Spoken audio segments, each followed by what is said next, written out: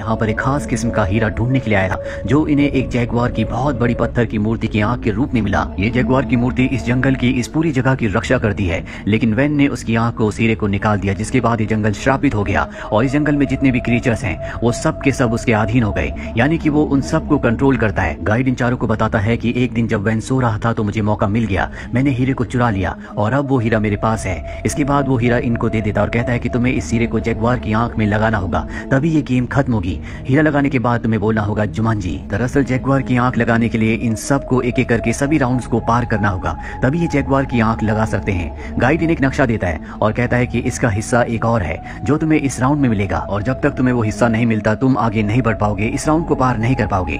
Guide यहाँ से चला जाता है और अब यहाँ पर वैन के बहुत सारे लोग इनके ऊपर हमला कर देते हैं। इस हमले में रूबी मारी जाती है, लेकिन उसके पास 3 लाइफ लाइन है, इसीलिए वो एक बार फिर से जिंदा हो जाती है। ये देखते हैं कि रूबी के हाथ में जो 3 लाइन्स थी उनमें से एक लाइन मिट चुकी है, शैली की भी एक लाइन मिट चुकी होती है। ये समझ जाते हैं कि इनके पास 3 मौके हैं, अगर इन्होंने 3 मौके खो दिए तो ये इस गेम में मारे जाएंगे। अभी सब के सब झरने से कूदकर वैन के लोगों से बच जाते हैं। रास्ते में स्पेंसर जो कि ब्रेवस्टोन है, साथ ही फ्रेड जो कि मोज है, इन दोनों के बीच में आर्गुमेंट्स हो जाते हैं और यहाँ पर फ्रेड यानी कि मोज ब्रेवस्टोन यानी कि स्पेंसर को ऊपर से नीचे धक्का दे देता है, जिससे उसकी मृत्यु हो जाती है। पर अगले पल वो ऊपर से दोबारा आ जाता है, यानी कि उसकी भी एक लाइफ लाइन अब खत्म हो चुकी है। ये सब फैसला करते हैं कि आपस में नहीं लड़ेंगे बल्कि एक दूसरे का साथ देंगे, क्योंकि इन्हें किसी भी कीमत पर इस गेम को खत्म करना है। ये सब के सब यहाँ से आगे बढ़ते हैं और एक गांव में पहुंचते हैं जहाँ पर मूज केक खा लेता है जो उसे नहीं खाना चाहिए था। वो उसकी कमजोरी है, केक खाने के बाद उसकी मृत्यु हो जाती है और मूज की भी एक लाइफ लाइन खत्म हो चुकी है। अभी इनके पास एक बच्चा आता है और कहता है वेलकम टू जुमांजी और इन सबको अपने साथ ले जाता है जहाँ पर एक लकड़ी का बॉक्स है। वो कहता है कि अगर तुमने आंखें झपकाई तो तुम मारे जाओगे। ये एक तरह की पहेली है जिसे इन्हें सुलझाना होगा। ब्रेवस्टोन उस बॉक्स के पास जाता है, उसके ढक्कन को खोलता है, अंदर से ब्लैक मांबा निकलता है जो कि बहुत ही जहरीला सांप है। मोज कहता है कि अगर इसने तुम्हें काट लिया तो 1 सेकंड में तुम्हारी मृत्यु हो जाएगी। इसके अंदर शायद वो नक्शे का दूसरा हिस्सा है जो हमें चाहिए, लेकिन इसके लिए हमें इससे नजर मिलानी होगी। अब सांप इनके ऊपर हमला कर देता है, लेकिन मोज उसके दांत निकाल देता है, क्योंकि अगर वो किसी को काटेगा भी तो किसी को जहर नहीं फैलेगा। और अभी उस बॉक्स के अंदर देखते हैं जिसमें एक कागज होता है। उस कागज को खोलने के बाद उसके अंदर हाथी की छोटी सी मूर्ति होती है। कागज में लिखा होता है कि जैसे तुम हाथी को देखो तो चढ़ाई करना शुरू कर देना। ये समझ जाते हैं कि नक्शे का दूसरा हिस्सा ये नहीं है, इन्हें अभी भी उसे तलाश करना होगा। अब जब ये बाहर आते हैं तो वैन के लोग इनके ऊपर हमला कर देते हैं। वैन भी यहाँ पर आ जाता है, पर इससे पहले कि इन सबको पकड़कर यहाँ से ले जाया जाता है, यहाँ पर एक आदमी आता है जो इन सबको निकालकर एक खुफिया रास्ते से इस जगह से ले जाता है। जल्दी इन्हें पता चल जाता है कि ये और कोई नहीं बल्कि एलेक्स है, जो आज से 21 साल पहले इस गेम के अंदर सबसे पहले आया था। उसकी 2 लाइफ लाइन पहले ही खत्म हो चुकी है और अब उसके पास सिर्फ 1 लाइफ लाइन है। अगर वो मारा गया तो सच में मारा जाएगा। इन चारों को ये भी पता चलता है कि नक्शे का जो दूसरा हिस्सा था वो कोई कागज का टुकड़ा नहीं बल्कि एलेक्स था, जो कि अब इन्हें मिल चुका है। ये एलेक्स को विश्वास दिलाते हैं कि ये सब उसे मिलकर बचाएंगे और इस गेम को खत्म करेंगे ताकि सब के सब अपने घर वापस पहुंच जाएं। लेकिन इस घाटी को पार करने के लिए इन्हें एक गाड़ी चाहिए। गाड़ी जहां पर होती है वहां पर बहुत सारे गार्ड्स भी हैं। इन्हें सबसे पहले उनका ध्यान भटकाकर गाड़ी को हासिल करना होगा। अब इनके साथ जो रूबी होती है वो गार्ड्स का ध्यान भटकाने के लिए जाती है और पीछे से सब के सब उस जगह पहुंच जाते हैं जहां पर गाड़ियां हैं। यहाँ पर हेलीकॉप्टर भी है। ये इस जगह से निकलने के लिए हेलीकॉप्टर चूज करते हैं। रूबी भी अपनी डांसिंग स्किल के साथ साथ फाइटिंग स्किल को भी यूज करके उन गार्ड्स पर हमला करके हेलीकॉप्टर तक पहुंच जाती है। पर जब सब के सब हेलीकॉप्टर से यहाँ से निकल रहे होते हैं तो वैन के कुछ और गार्ड्स आ जाते हैं जो इनके हेलीकॉप्टर के ऊपर हमला करते हैं, जिससे इनका हेलीकॉप्टर क्रैश होकर एक घाटी एक खाई में गिर जाता है। वहाँ पर बहुत सारे गेंडे होते हैं जो इनके हेलीकॉप्टर का पीछा करते हैं, जो जल्दी इनके हेलीकॉप्टर तक पहुंच जाएंगे। एक गेंडा अपने सींग से इनके हेलीकॉप्टर के ऊपर हमला करता है, जिससे हेलीकॉप्टर का जो ब्लेड होता है वो अपनी जगह से हट जाता है। अब ये चाहकर भी ऊपर नहीं जा सकते। ब्रेवस्टोन को जब ये पता चलता है तो वो ऊपर जाकर उस ब्लेड को फिक्स करता है, जिसके बाद इनका हेलीकॉप्टर ऊपर की तरफ उड़ना शुरू हो जाता है। मौज से यहाँ पर एक गलती हो जाती है। उसके बैग में जो हीरा है जो कि जैगुआर की आंख है वो वहीं घाटी में गिर जाता है, यानी कि इन्हें वापस जाकर उस हीरे को हासिल करना होगा। ये घाटी के ऊपर हेलीकॉप्टर को उस जगह लेकर आते हैं जहाँ पर हीरा होता है, लेकिन नीचे अब भी खतरनाक जानवर है, इसीलिए कोई नीचे नहीं जाना चाहता। ब्रेवस्टोन मोस को ऊपर से नीचे धक्का दे देता है, जिसके बाद जानवर उसका पीछा करना शुरू कर देते हैं। मोस अपनी जान बचाने के लिए भागता है और ब्रेवस्टोन को मौका मिल जाता है। वो नीचे जाकर हीरा उठाकर ऊपर ले आता है और मोस को गेंडे मार देते हैं, जिससे उसकी एक और लाइफ लाइन खत्म हो जाती है, यानी कि उसके पास अब एक ही लाइफ लाइन बची है।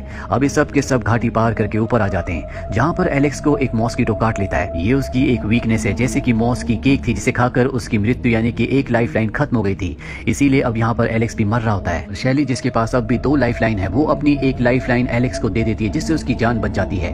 यहाँ पर जो ब्रेवस्टोन है वो मार्था को प्रपोज करता है। वो बताता है कि जब हम 7th स्टैंडर्ड में थे तब मैंने तुम्हें पहली बार देखा था और तब से मैं तुमसे प्यार करता हूँ। अब यहाँ पर मार्था भी उसे पसंद करने लगी है, क्योंकि वो असली दुनिया में एक बहुत ही डरपोक लड़का था लेकिन इंटेलिजेंट था, पर यहाँ पर वो इंटेलिजेंट भी है और एक बहादुर इंसान भी। इसीलिए मार्था उसकी प्रपोजल को एक्सेप्ट कर लेती है। अभी सब के सब फाइनल राउंड में पहुंच चुके हैं, जहां पर ये जैगुआर की बड़ी मूर्ति को देखते हैं जिस तक इन्हें पहुंचना है, पर उस जैगुआर की मूर्ति की रक्षा असली के जैगुआर कर रहे हैं। ब्रेवस्टोन तय करता है कि वो पेड़ों के ऊपर से जाएगा, पर वो गलती से पेड़ से नीचे गिर जाता है, जिसके बाद जैगुआर उसे मार देते हैं। उसकी भी एक लाइफलाइन खत्म हो जाती है, यानी कि अब उसके पास भी एक ही लाइफलाइन है। इसीलिए तय करते हैं कि ये अलग अलग रास्ते से जैगुआर की मूर्ति तक पहुंचेंगे।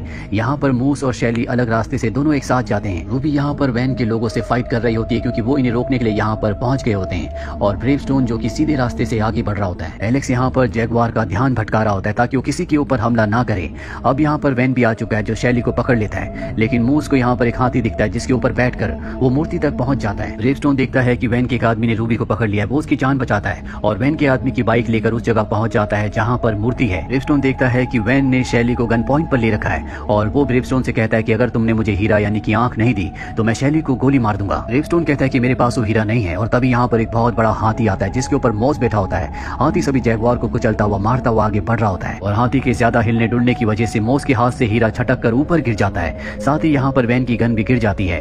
ब्रेवस्टोन को वो लाइन याद आती है जो हाथी वाली मूर्ति के साथ कागज में लिखी हुई थी कि जब भी हाथी को देखो तो ऊपर की तरफ जाओ। और अब ब्रेवस्टोन उस तरफ बढ़ने लगता है जहाँ पर उसे जैगुआर की आंख को लगाना है, यानी कि हीरे को फिक्स करना है। हालांकि बहुत मुश्किल होता है, लेकिन वो अपनी बाइक से अपनी जान पर खेलकर उस जगह तक पहुंच जाता है। वहीं दूसरी तरफ शैली को दिखाया जाता है जो अब जैगुआर की आंख तक यानी कि हीरे तक पहुंच जाती है, पर वैन वहां पर आकर अपनी शक्तियों से उसके चारों तरफ सांपों को इकट्ठा कर देता है। सांप उसकी कमजोरी है, यानी कि वो सांप से मर सकती है, लेकिन अब भी इसके पास 2 लाइफ होती है। इसीलिए शैली उस जगह पहुंचकर उस हीरे को उठा लेती है। सांप की वजह से उसकी मृत्यु हो जाती है, पर मृत्यु के बाद उसे एक और लाइफ मिलती है, जिसके बाद वो उस जगह पहुंच जाती है जहां पर ब्रेवस्टोन है। वो ऊपर से नीचे गिरते हुए ब्रेवस्टोन के हाथ में जैगुआर की आंख दे देती है। जैगुआर उस आंख को जैगुआर की आंख की जगह पर लगा देता है, लेकिन यहाँ पर कुछ भी नहीं बदलता।